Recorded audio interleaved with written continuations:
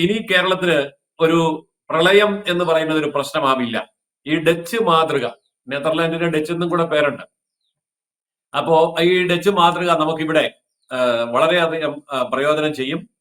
അപ്പോൾ ആ പത്രക്കാർ ചോദിച്ചു ഇത് എങ്ങനെയാണ് നടപ്പാക്കുന്നത്? അതിന് പ്രത്യേകമായിട്ടുള്ള ഒരു ആക്ഷൻ പ്ലാൻ ഉണ്ട്. ആ ആക്ഷൻ നടപ്പാക്കി കഴിഞ്ഞാൽ പിന്നെ പ്രളയം നമുക്കൊരു പ്രശ്നമാവില്ല. അപ്പൊ പത്രക്കാർക്ക് ആ ആക്ഷൻ എന്താണെന്ന് ചോദിച്ചു. അപ്പൊ അദ്ദേഹം പറഞ്ഞു അത് റൂം ഫോർ റിവർ എന്ന് പറയുന്ന പ്രോജക്റ്റ് ആണ്. അപ്പോ റൂം ഫോർ റിവർ എന്ന് പറയുന്ന പ്രോജക്റ്റ് എന്താണെന്ന് ചോദിച്ചപ്പോൾ അദ്ദേഹം പറഞ്ഞു അത് സാങ്കേതികമായിട്ടുള്ള കാര്യമാണ്. അത് ഞാൻ അതിന്റെ ഒരു ആക്ഷൻ എടുത്തു കഴിയുമ്പോൾ നിങ്ങൾക്ക് അത് മനസ്സിലാവും.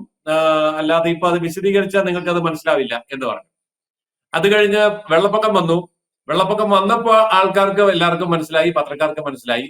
റൂം ഫോർ റിവർ എന്ന് പറഞ്ഞാൽ നദിയിലെ വെള്ളം നേരെ വീട്ടിൽ വന്ന് റൂമിനകത്തേക്ക് കയറും, എന്നിട്ട് കുറച്ച് ദിവസം അവിടെ നിൽക്കും, അത് കഴിഞ്ഞ് പിന്നെ ഒഴുകി പോകും. ഇതാണ് റൂം ഫോർ റിവർ എന്ന് മനസ്സിലായി.